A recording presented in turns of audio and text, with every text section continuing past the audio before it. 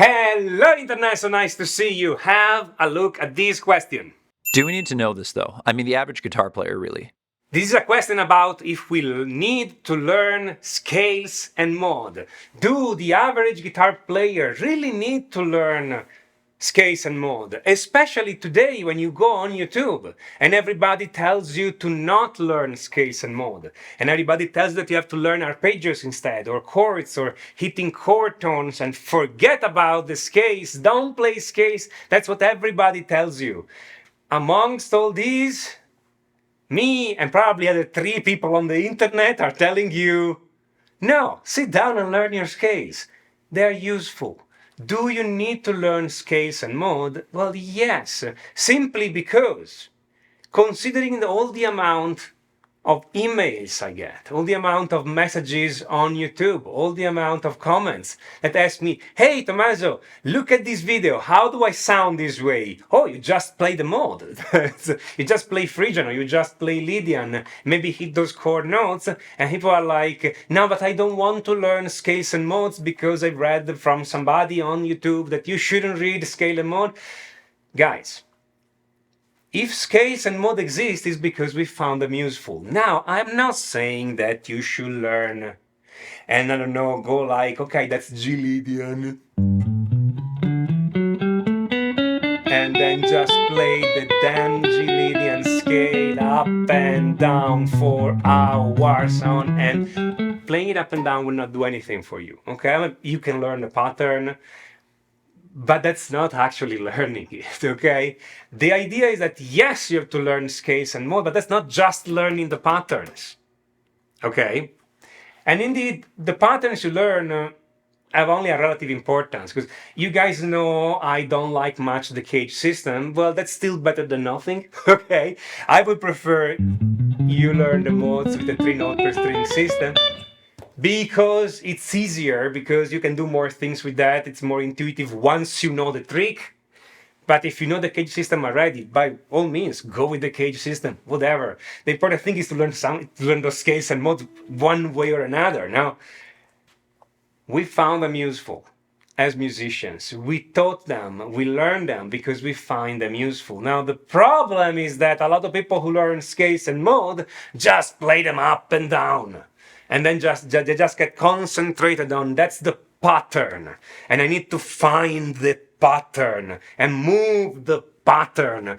The pattern is only a relative importance. The important point is that you understand how those scales work above chord progressions, how to connect those scales and those patterns, yes, with a chord progression, how you hit the notes in the chord and not in the chord when you need to hit them, and all this kind of thing. And so everything that goes with the scale and mod. What happened on the internet is that for a period, a lot of people wanted to teach you scales and mod because there was a lot of demand for learning scales and mod, and 95% of the thing, if not 99% of the thing out there told you learn those 5 or learn those 7 patterns and you're done, which is not true. The pattern is like the first little step to learn the scales and mod. Then you have to learn what is this mod, what makes it special, how it is similar or not similar to the major scale or the minor scale, how do people go about make music with that, what are the chord progression that go with this mod, how to express a specific sound of the mod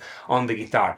It starts with the pattern, but there's way more after that, okay? But for a while, we had people only teaching the pattern and telling you just play those 5 pattern or those 7 pattern or those 3 pattern, or play a solo using only 4 notes and all this kind of clickbaity thing.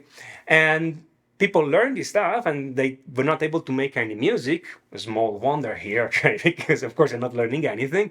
And then now we have the backlash, and people tell you don't learn scales and mod because you don't learn anything with them.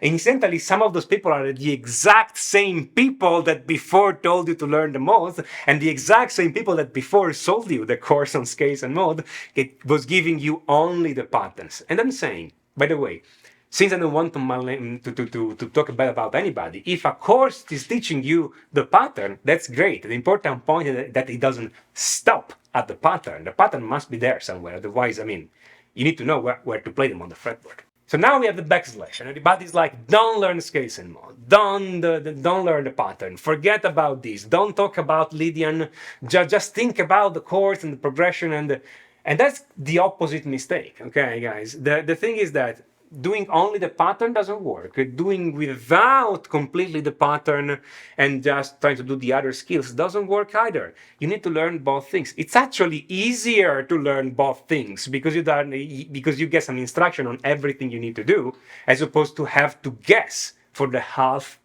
that people don't teach you. So, do the average player need to learn scales and modes? If you just want to play campfire songs,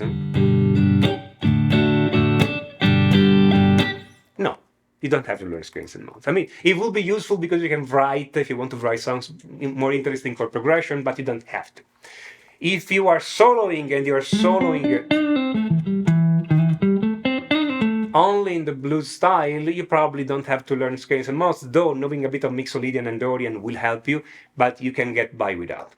If you want to play solos and you want to go beyond the blues style, okay, which is, by the way, a very interesting style, can be complex in its own way, but if you want to go beyond that, if you want to play, I don't know, metal or jazz or fusion, I will totally recommend you learn modes. Should not be the only thing you learn, you should not get obsessed with them, and you should find somebody to explain them to you the proper way, so you don't spend 3 years of your life trying to make sense of the modes by trying to find different free articles on the web, half of them telling you to learn the pattern, the other half telling you to not learn scales and mode, and a small percentage making even more confusion than there is already, okay? So, find somebody, okay? Could be a local teacher, I'm not saying no. I mean, it could be me, I'm not saying no. I have a course on scales and modes. It's called Master of the Modes.